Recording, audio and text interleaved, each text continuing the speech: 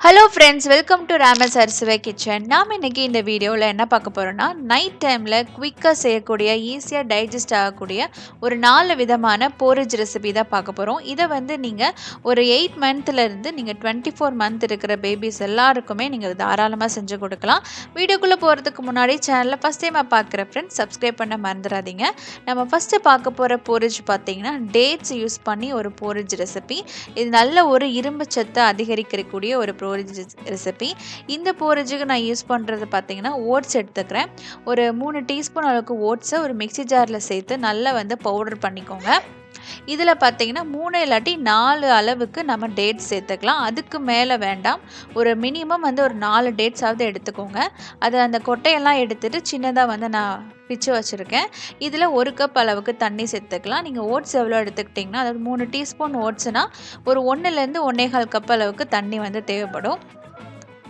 இதில் வந்து எக்ஸ்ட்ராவாக நம்ம ஸ்வீட் வந்து தேவையே கிடையாது. ஏன்னா டேட்ஸ்லேயே ஒரு நல்ல ஒரு ஸ்வீட் இருக்கும். அதனால் அதை சேர்த்து நல்லா நீங்கள் கிளறிட்டே இருந்தீங்கன்னா ஒரு சூப்பரான ஒரு போரிஜ் கிடைக்கும். இது ரொம்ப டேஸ்ட்டாகவும் இருக்கும். இது எக்ஸ்ட்ராவாக நம்ம ஸ்வீட் எதுவும் சேர்க்க போகிறதில்ல. அந்த டேட்ஸோட டேஸ்ட் வந்து அந்த போரிஜுக்கு ரொம்ப நல்லா இருக்கும். கண்டிப்பாக ட்ரை பண்ணி பாருங்கள். நம்ம அடுத்து பார்க்க போகிற ஒரு ரெசிபி பார்த்திங்கன்னா, குழந்தைகளுக்கு இம்யூனிட்டியை பூஸ்ட் பண்ணுற ஒரு கீர் ரெசிபி. இதுக்கு வந்து பார்த்திங்கன்னா நம்ம 1 கப் அளவுக்கு இந்த லோட்டஸ் சீட்ஸ் வந்து எடுத்திருக்கேன். இதை பார்த்தீங்கன்னா நம்ம வந்து மக்கானா அப்படின்னு கூட சொல்லுவாங்க. இது ரொம்ப இந்த இம்யூனிட்டி பூஸ்ட் பண்ணுறதுக்கு ரொம்ப ஹெல்ப்ஃபுல்லாக இருக்கும். இது கூடவே பார்த்தீங்கன்னா ஒரு 3 முந்திரி பருப்பு, 3 பாதாம் பருப்பு சேர்த்துருக்கேன். ஒரே ஒரு ஏலக்காய் சேர்த்துருக்கேன். அது வந்து டைஜஷனுக்காக சேர்த்துருக்கிறது. அது ஒரு ஃப்ளேவருக்காக சேர்க்குறது. நீங்கள் அது சேர்த்தும் செய்யலாம், இல்லைனா சேர்க்காமையும் செய்யலாம். இதையும் சேர்த்து அந்த மக்கானா கூட அந்த சீட்ஸ் கூட சேர்த்து நல்லா வந்து ட்ரை ரோஸ்ட் பண்ணிக்கோங்க. இந்த பவுடரை நீங்கள் வந்து ரோஸ்ட் பண்ணி பவுடர் பண்ணி நீங்கள் ஸ்டோர் கூட பண்ணிக்கலாம். இது நல்லா ஆறின பிறகு ஒரு மிக்சி ஜாரில் சேர்த்து நல்லா பவுட்ரு பண்ணி எடுத்துக்கோங்க. இதை நீங்கள் ட்ராவல் டைமில் எங்கேயாவது வெளியே போகிறீங்கன்னா அப்போ கூட நீங்கள் குழந்தைங்களுக்கு இந்த ஃபுட்டை கொடுக்கலாம். இப்போ நல்லா பவுட்ரு பண்ணி வச்சுருக்கிறது உங்களுக்கு எவ்வளோ வேணுமோ அந்த அளவுக்கு எடுத்துக்கோங்க. நான் ஒரு 4லேருந்து 5 ஸ்பூன் அளவுக்கு எடுத்துக்கிறேன். இதில் வந்து நம்ம ஹாட் வாட்டர் ஊற்றி நல்லா மிக்ஸ் பண்ணாலே போதும். ஒரு இன்ஸ்டண்ட்டான ஒரு டின்னர் ரெசிபி. கண்டிப்பாக ட்ரை பண்ணுங்கள். இதில் வந்து நீங்கள் பால் சேர்த்து கூட செய்யலாம். நீங்கள் பால் சேர்த்து கொதிக்க வச்சு ஒரு மில்க் கீர் அந்த மாதிரியும் கொடுக்கலாம். இல்லை வந்து இந்த மாதிரி ஹாட் வாட்டரை ஊற்றி நீங்கள் மிக்ஸ் பண்ணியும் கொடுக்கலாம். இதை குக் பண்ணணும் அவசியமே இல்லை. இந்த பவுடரை மட்டும் நீங்கள் ரெடி பண்ணி வச்சுட்டிங்கன்னா இன்ஸ்டண்ட்டாக உங்கள் குழந்தைங்களுக்கு எப்போ ஃபுட்டு வேணுமோ அந்த டைமில் வந்து நீங்கள் மிக்ஸ் பண்ணி கொடுக்க ரொம்பவே வசதியாக இருக்கும்.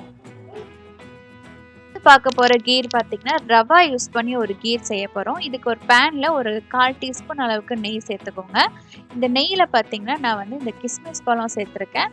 நீங்கள் நட்ஸ் இருந்தால் அதை கூட சேர்த்துக்கலாம், இல்லை நட்ஸ் பவுடர் இருந்தால் அதை கூட சேர்த்துக்கலாம். இல்லை இதுலேயுமே நீங்கள் டேட்ஸ் சேர்த்து கூட நீங்கள் செய்யலாம். இந்த கிஸ்மிஸ் பழம் பார்த்திங்கன்னா நல்லா ஃப்ரை ஆன பிறகு இதில் ஒரு 1/3 கப், அதாவது வந்து ஒரு 3 டேபிள் ஸ்பூன் அளவுக்கு ரவா எடுத்திருக்கேன். இந்த ரவையும் அந்த நெய்யில் சேர்த்து நல்லா வந்து ரோஸ்ட் பண்ணிக்கோங்க. இந்த ரவா பார்த்தீங்கன்னா நல்லா ட்ரை ரோஸ்ட் ஆகட்டும். நம்ம ட்ரை ரோஸ்ட் ஆன பிறகு நம்ம வந்து 1 கப் அளவுக்கு தண்ணி சேர்த்துக்கோங்க.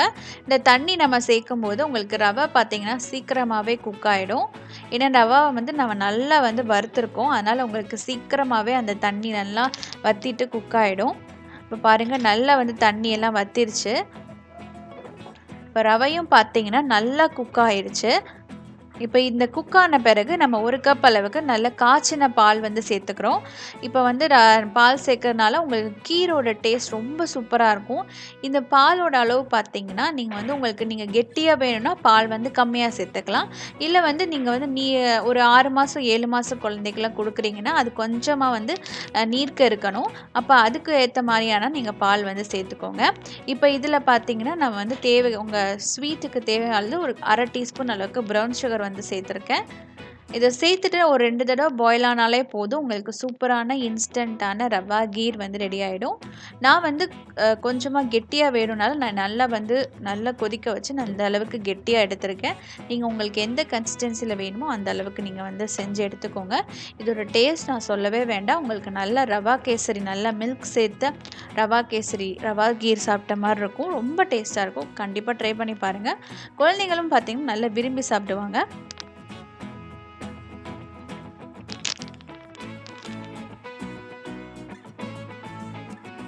நம்ம அடுத்து பார்க்க போறது போரிட்ஜ் பார்த்தீங்கன்னா, நம்ம ஸ்ட்ராபெர்ரி யூஸ் பண்ணி ஒரு போரிட்ஜ் ரெசிபி செய்ய போறோம். இத செய்யவும் நம்ம வந்து ஓட்ஸ் தான் எடுத்துக்க போறோம். நீங்க வந்து ஓட்ஸுக்கு பதிலா நீங்க வீட் ஃப்ளார்ல கூட நீங்க சேர்த்து செய்யலாம். ஆனா ஓட்ஸ்ல செய்யும்போது டேஸ்ட் வந்து நல்லா தனியாவும் இருக்கும். ரொம்ப ஹெல்த்தியாவும் இருக்கும். இப்போ வந்து ஸ்ட்ராபெர்ரிஸ் பார்த்தீங்கன்னா 3லேருந்து 4 ஸ்ட்ராபெர்ரிஸ பொடியா கட் பண்ணி எடுத்திருக்கேன். இதுல பார்த்தீங்கன்னா, நான் பவுடர் பண்ணி வச்சிருக்கிற அந்த ஓட்ஸ வந்து சேர்த்துக்கலாம்.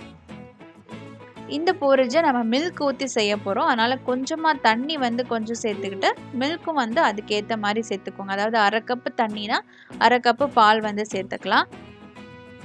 இத சேர்த்துட்டு நல்லா வந்து நம்ம கொதிக்க வச்சுக்கலாம். இதுக்கு எக்ஸ்ட்ராவா ஸ்வீட் வந்து தேவையில்ல. ஏன்னா, நம்ம ஸ்ட்ராபெர்ரிலே உங்களுக்கு ஒரு நல்ல ஒரு டேஸ்ட் இருக்கும். ஸோ அது மட்டுமே போதும். இப்போ நல்லா வந்து மிக்ஸ் பண்ணிக்கோங்க.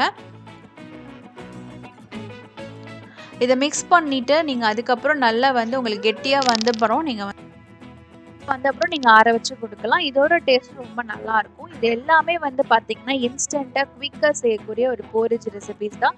கண்டிப்பா ட்ரை பண்ணி பாருங்க. நம்ம சேனல்ல நெறைய பேபி ஃபுட் ரெசிபீஸ்லாம் இருக்கு. அதோட வீடியோஸ் லிங்க்ஸ் எல்லாம் வந்து டிஸ்கிரிப்ஷன்ல இருக்கும். செக் பண்ணி பார்த்துக்கோங்க. நம்ம நெக்ஸ்ட் ஒரு சூப்பரான வீடியோல சந்திக்கலாம். Thank you for